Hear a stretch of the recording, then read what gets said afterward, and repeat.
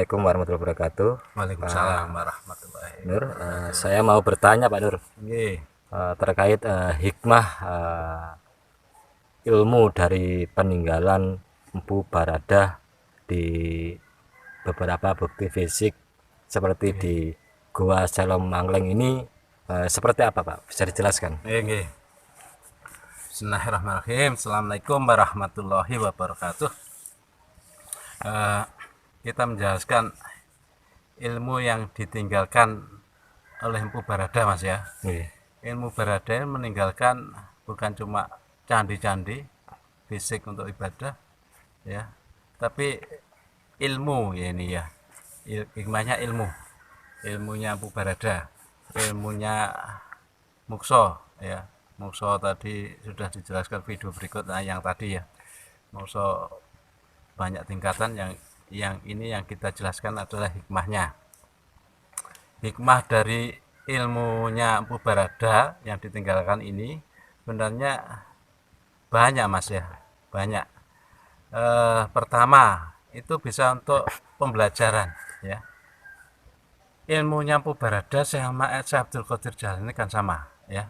Kalau dilihat itu ternyata ini ada dua tampak ya, alam syariat sama alam hakikat, alam nyata sama alam ilahiyah, alam makhluk sama ilahiyah.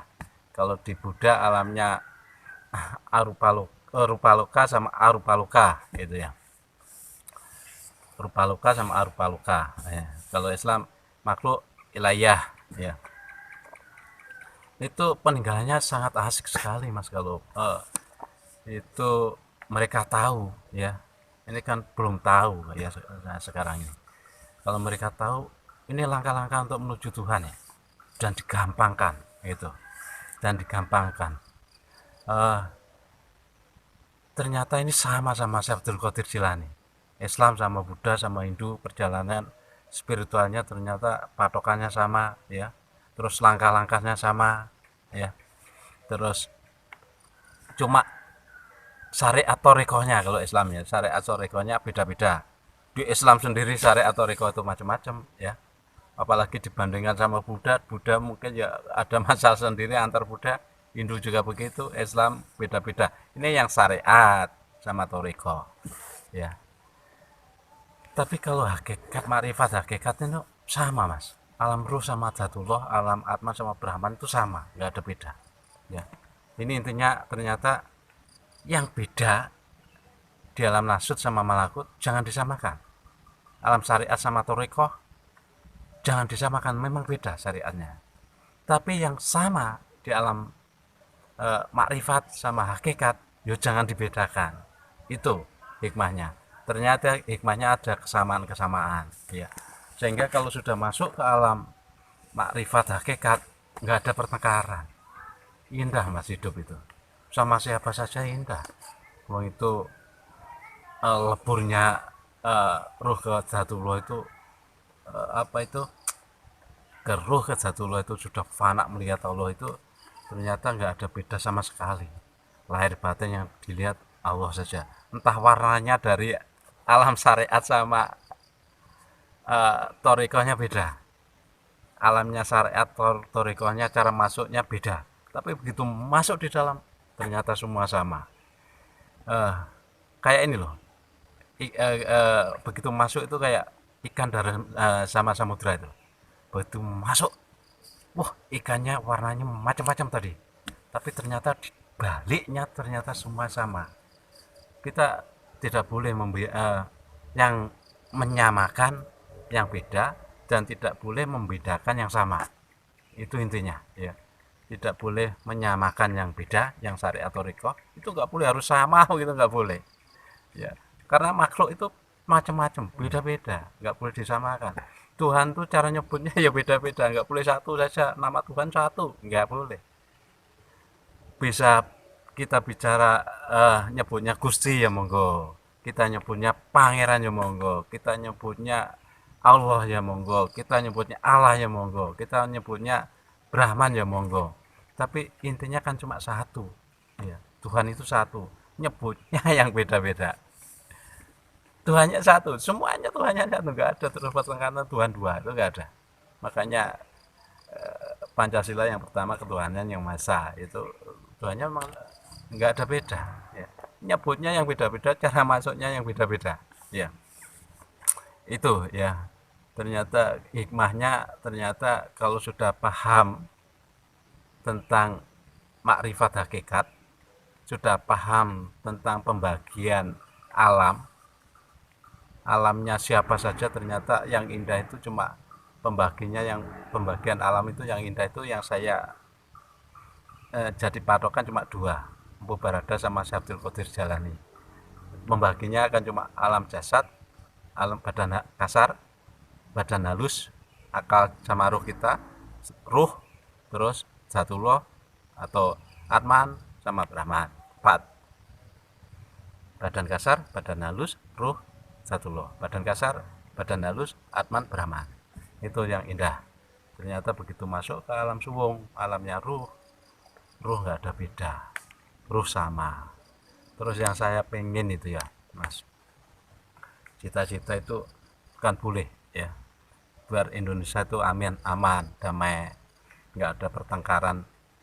Yang ini yang pertengkaran kan di alam nasus sama malakut, itu syariat sama toriko saya beda, yang masuk nanti toriko saya, masuk surga toriko saya.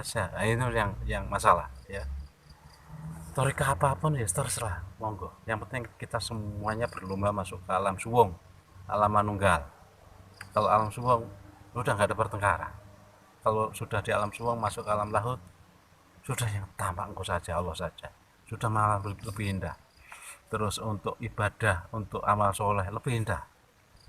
Sudah masuk alam lahut itu nggak ada pertengkaran, tapi ibadahnya lebih indah. Yang dihidupi yang engkau saja, yang menghidupi yang engkau saja. Ibadahnya itu yang tampak ya engkau saja, lebih semangat beribadah. Cita-cita itu boleh tuh Mas, cita-cita itu syariatnya itu jejer dalam satu lokasi ya, lokasi yang besar begitu, ada Buddha, Hindu, Islam, kejawen, itu syariatnya monggo berbeda, syariatnya ya beda-beda. Di balik itu ada pelajaran makrifat, pelajaran untuk manunggal, pelajaran untuk ketemu ruhnya sama Zatullahnya di balik, di belakangnya. Kalau sudah ketemu Tuhannya, ya sebut nama Tuhannya masing-masing. Ya, indah itu, sangat indah. Kalau sudah ketemu Tuhannya, yang Buddha nyebutnya Tuhannya gimana, yang Islam gimana, yang Kristen gimana, balik ke dunia lagi ya syariatnya tetap sama. Orang makrifat itu tetap bersyariat loh Mas. Dikira orang makrifat itu terus diam memandang Tuhannya saja, enggak. Lebih indah bersyariatnya. Contohnya orang hakikat ya, maksud saya orang hakikat itu juga bersyariat. Orang hakikat itu kalau sholat itu lebih indah loh daripada orang syariat yang belum ketemu. Kalau orang hakikat itu ya sholat, bukan terus orang hakikat cuma memandang tengok-tengok ngelamun memandang lohnya, enggak. Ya sholatnya tapi ketemu Tuhannya, berhadapan, pandang memandang itu. Rohnya sudah lebur dalam Zatullah, sudah engkau saja yang ada. Itu pandang memandang lebur. Allah memandang hambanya memandang Tuhannya. Ya itu hikmahnya. Seharusnya ada pondok bersama, itu yang tetap saya gelorakan ya. Pondok bersama dalam satu lokasi, pondok makrifat bersama itu satu lokasi, tapi syariatnya beda-beda. Bukan terus orang Islam harus masuk Kristen masuk Islam, nanti siang ke gereja, sore ke masjid, ke pura. Tidak. Islam tetap Islam, Kristen tetap Kristen ke gereja, Hindu tetap ke pura. Tapi begitu di balik itu belajar masuk alam suwung bareng-bareng. Alam suwung itu alam roh. Roh kita nggak ada beda ya. Roh kita semuanya sama. Roh itu satu ya. Yang hidup satu ya, Allah sendiri, Zatullah sendiri yang hidup. Roh itu kan cuma ditiapkan ke makhluknya masing-masing, namanya beda-beda makhluknya ya. Wujudullah lah kalau orang makrifat ngomong, orang maksud dimasukkan ke wujudullah. Zatullahnya ya satu, yang hidup satu.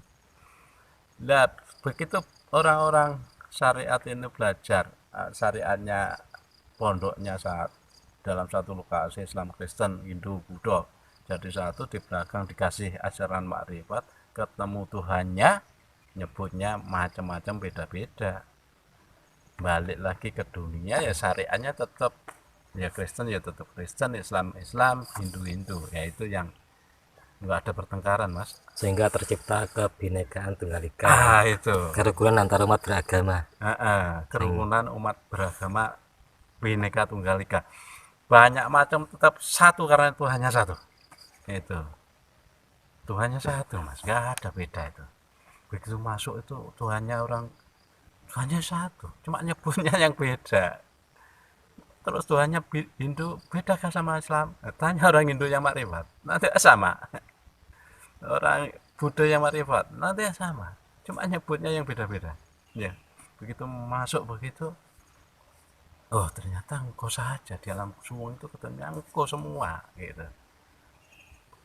Ketemunya cuma Jatunggal saja, gak ada yang lain. Yang ngatur ini Jatunggal, yang hidup ya Jatunggal, yang wujud ya wujudnya Jatunggal, nggak ada yang lain. Ya indahnya di situ nggak ada pertengkaran. Di pertengkaran apa loh mas? Ketemu Tuhannya kok bertengkar, nggak ada loh. Ya, yang ini yang perlu ditekankan itu untuk belajar makrifat itu satu yang jadi inti itu, jangan membenci sesuatu. Di balik itu ternyata engkau saja, di balik itu ternyata Allah saja. Jangan pernah membenci sesuatu, itu baru latihan dasar itu. Latihan dasar jangan membenci segala sesuatu, entah hewan, entah malaikat, entah jin, malaikat, jin, manusia. Di balik itu engkau, di balik itu jatuh lo semua, gak ada yang lain, satu. Sehingga untuk belajar makrifat satu, jangan pernah membenci. Nah itu sesuatu ya, kalau membenci paling membencinya kelakuan, tapi membenci wujudullah zatullah jangan sampai. Wujud itu jangan sampai dibenci, semuanya dibalik wujud itu zatullah semua, engkau saja. Itu hikmahnya itu mas. Kalau ini kan lebih tua dari Syekh Abdul Qadir Jilani, ilmunya sama, maksudnya alam-alamnya sama, pembagiannya sama ya, cuma penyebutan Tuhannya yang beda, penyebutan nama ruhnya yang beda ya, tapi intinya sama. Jasad ya, badan kasar, badan halus, ruh satullah, badan kasar, badan halus, Atman, Brahman, itu sama mas. Itu ternyata sama. Kalau belajar makrifat ternyata langkahnya masuknya ya ketemu juga di alam semua. Samudra itu ikannya banyak ya, bukan cuma satu warna, bukan cuma satu jenis, tapi banyak warna, banyak jenis. Itu yang indah di sana ya, indahnya di sana mas. Ini angan-angannya hikmahnya seharusnya ada pondok bersama untuk bermarifat bersama, walaupun syariatnya beda, torikohnya beda, begitu masuk alam sung ternyata engkau saja. Itu saya kira itu ada yang perlu dibahas. Terima kasih Pak Nur atas sampaian siraman rohani yang diberikan oleh Pak Nur. Mudah-mudahan bisa bermanfaat untuk saya sendiri, keluarga, dan semua pendengar yang ada di wilayah Kediri dan sekitarnya. Nggih. Matur suwun mas. Assalamualaikum warahmatullahi wabarakatuh.